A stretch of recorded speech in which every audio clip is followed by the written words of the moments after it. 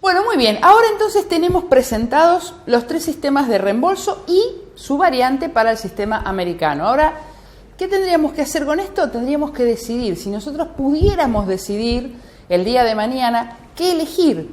¿Cuál sería el sistema de reembolso por el cual uno se volcaría, por el cual uno decidiría? Bueno, la primera cosa que tenemos que hacer, porque acabamos de mencionar una palabrita que merece una conceptualización un poco más amplia, es ¿qué es una decisión?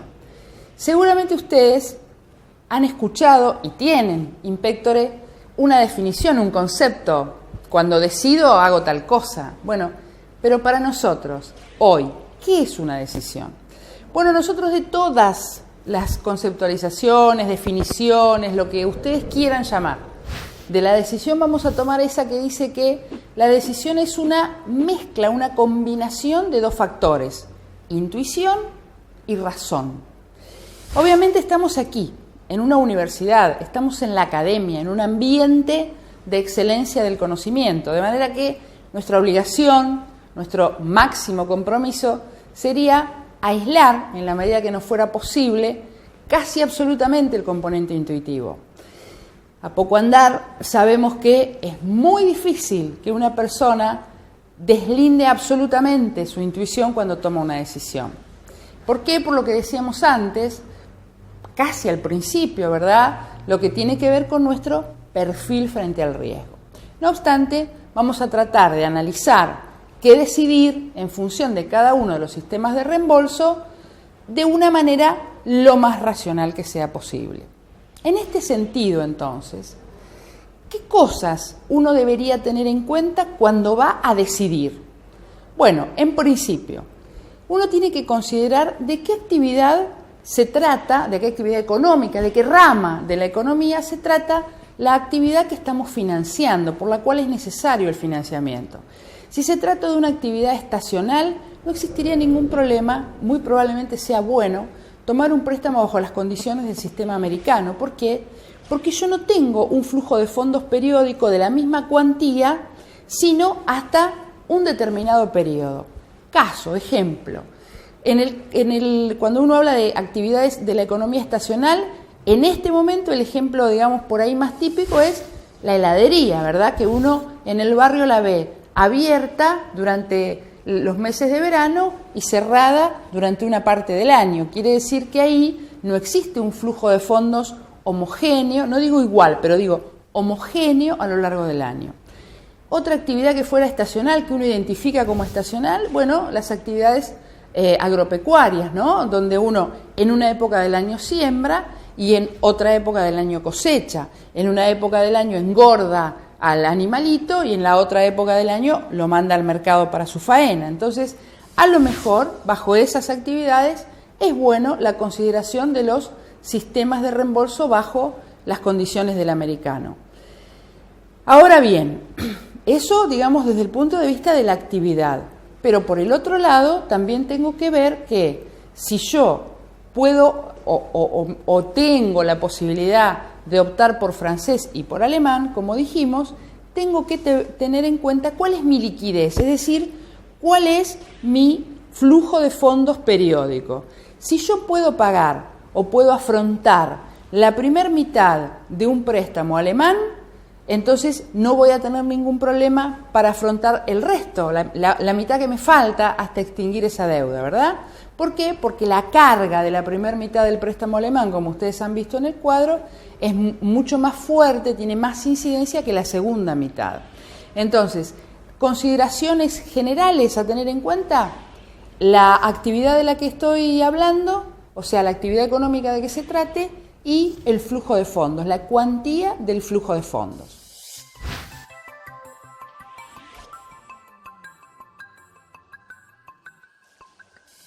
Muy bien, entonces ahora nos está quedando para el final, como dicen los asadores, ¿no? Para el final siempre está lo mejor.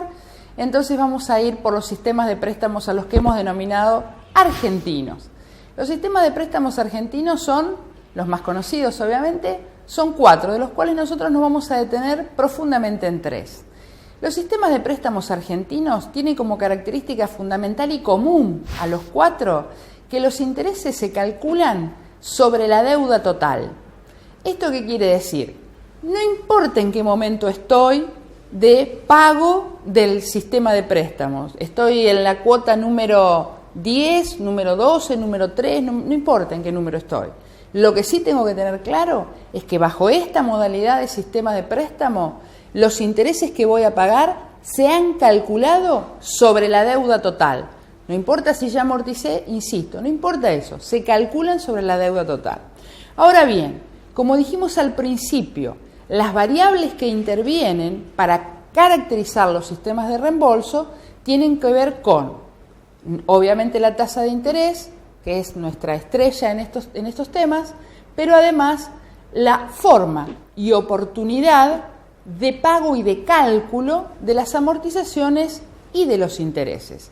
Entonces aquí ya hemos puesto en claro que la forma en que se calculan los intereses de los 4 sistemas es sobre el total de la deuda.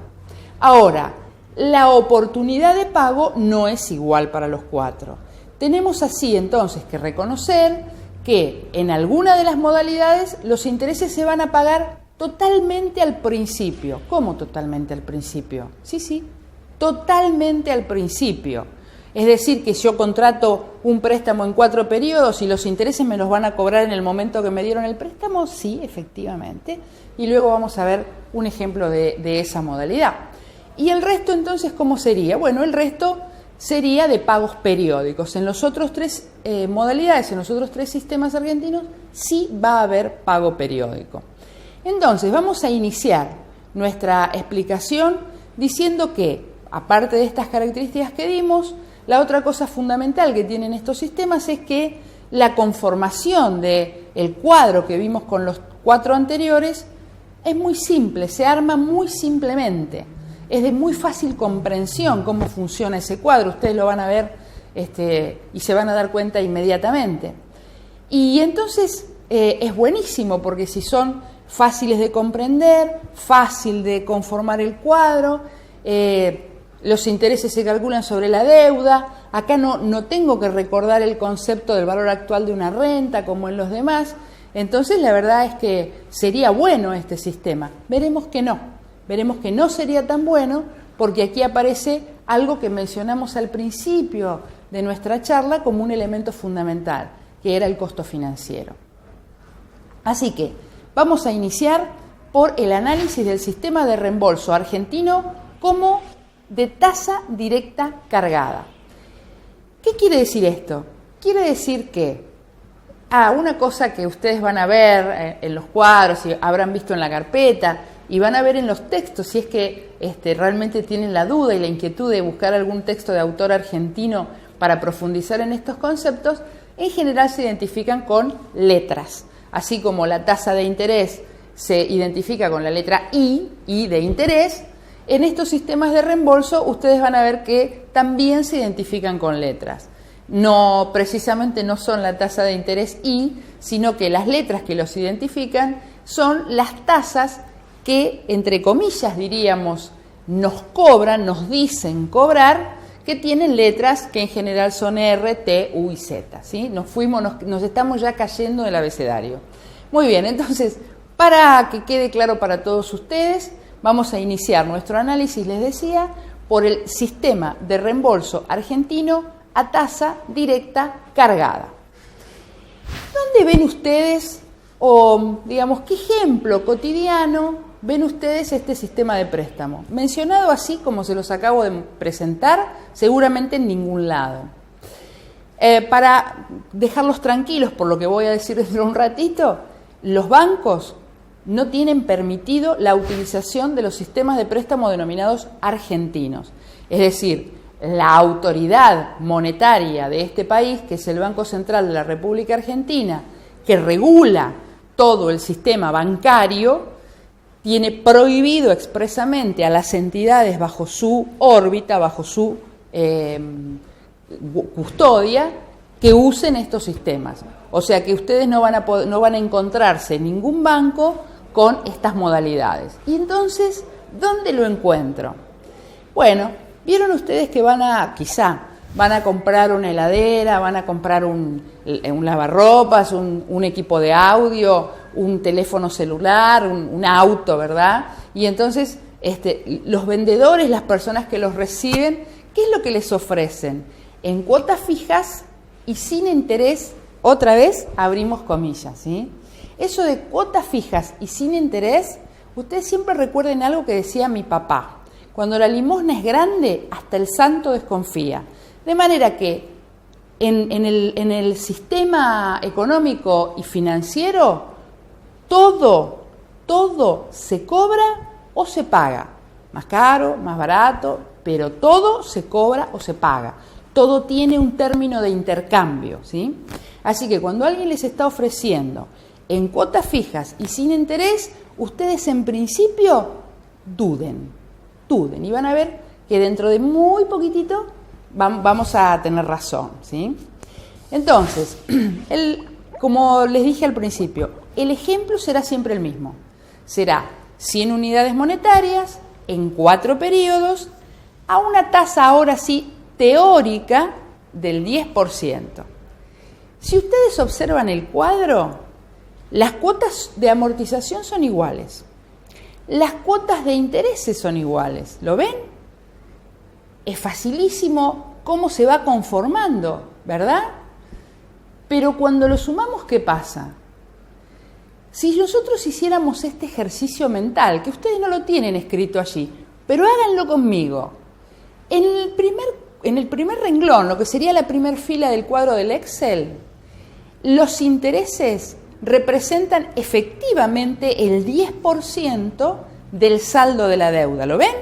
O sea, ustedes están pagando 10 pesos de intereses. Perfecto. 10 pesos sobre el saldo de la deuda original de 100 es el 10%. Pero vayamos al segundo. En el segundo periodo, ustedes ya pagaron, ¿sí?, 25 pesos de amortización de capital.